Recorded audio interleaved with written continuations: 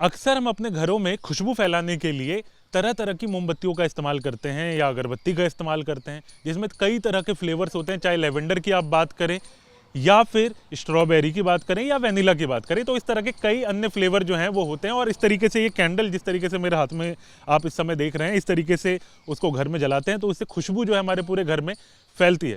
लेकिन अगर मैं आपको बताऊं कि इस तरीके के कैंडल्स से कई तरह के नुकसान जो हैं वो आपको हो सकते हैं, आपको कई तरह की स्वास्थ्य से लेकर दिक्कतें जो हैं वो हो सकती हैं।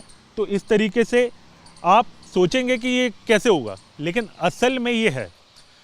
एक रिपोर्ट के अनुसार भारत में लगभग 25% लोग जो हैं इस तरीके की मोमबत्ती यानी सैंडेड जो हम कहते हैं जिसमें खुशबू आती है, इस तरीके की कैंडल्स मोमबत्ती जलाने के बाद वो ये बात कह रहे हैं कि उनको कई तरह की दिक्कतें जो हैं वो हुई हैं।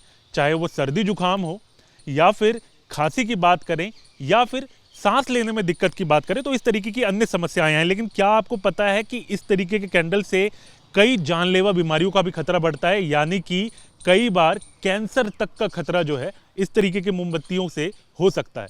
कारण इसका यह है कि जिस तरीके से अगर हम बात करें तो इनमें फ्लेवर्स के लिए थैलेट्स का इस्तेमाल किया जाता है, जो कि अक्सर प्लास्टिक और अन्य मोम से बनी हुई चीज़ों में इस्तेमाल किया जाता है ताकि उससे खुशबू फैले। ये थैलेट्स आपके स्वास्थ्य के लिए किस तरीके से आपको इम्पैक्ट करता है वो मैं आपको बताता हूँ। ये थैलेट्स के अंदर जो है कई तरीके के केमिकल्स होते हैं जो हमारी बॉडी पर उसका असर ये होता है कि हमारी बॉडी में सांसों के थ्रू अंदर जाते हैं। सांसों के जरिए जब वो अंदर जाते हैं तो हमारे कई ऑर्गन्स पर वो इसका इम्पैक्ट डालते हैं। और किस तरीके के इम्पैक्ट, जैसे कि अगर हम डायबिटीज़ की बात करें तो इंसुलिन को ये बनने से रोकते हैं, जिससे डायबिटीज़ का खतरा बढ़ता है, सांस लेने में दिक्कत होती है यानी अस्थमा का खतरा बढ़ता है।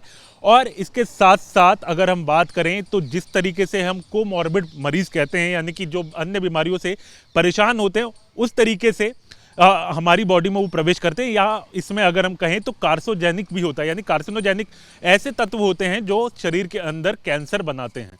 तो यानी कि अगर आप इस तरीके के कैंडल्स का इस्तेमाल कर रहे हैं तो इस बात का ध्यान रखिए कि इससे आपके शरीर पर और खासकर बच्चों और बुजुर्गों पर खासा असर पड़ सकता है। तो इसका अल्टरनेटिव क्या है, यानी कि इससे कैसे बच सकते हैं, तो इसके लिए आपको ये ध्यान में रखना होगा। जब भी आप इस तरीके के कैंडल्स अगरबत्ती घर के लिए खरीदते हैं तो उसमें ध्यान रखें कि उसमें नेचुरल कलर्स का इस्तेमाल हो और नेचुरल फ्लेवर्स जो हैं वो हो, उसमें पूरी तरीके से लिखा होता है। तो आप ये कोशिश करें कि नेचर से बना हो, हर्बल हो। इससे क्या होगा कि वो जितने भी तत्व होंगे वो किसी भी तरीके से आपके बॉडी में वो जब प्रवेश करेंगे तो नुकसान जो है वो आपको नहीं पहुंचाएंगे। तो ऐसे में अपना ध्यान रखना आपके लिए बेहद जरूरी है, क्योंकि कई तरह की परेशानी इन कैंडल से हो सकती है। चाहे आप कहें तो जिस तरीके से डायबिटिक का खतरा बढ़ता है, अस्थमा का खतरा बढ़ता है, बच्चों में कई तरीके की परेशानी होती है, प्रेगनेंसी में परेशानी होती है। तो इन तमाम बातों के लिए आपको ये ध्यान रखना है कि अगली बार जब खुशबू के लिए आप इस तरीके के कैंडल्स या अगरबत्ती जलाते हैं तो वो ऐसे हो, हर्बल हो, ताकि आपके शरीर में जब वो प्रवेश करें तो किसी भी तरीके का नुकसान जो है आपके शरीर में ना हो। वीडियो जर्नलिस्ट विकास राय के साथ हरीश झा, न्यूज़ नेशन, दिल्ली।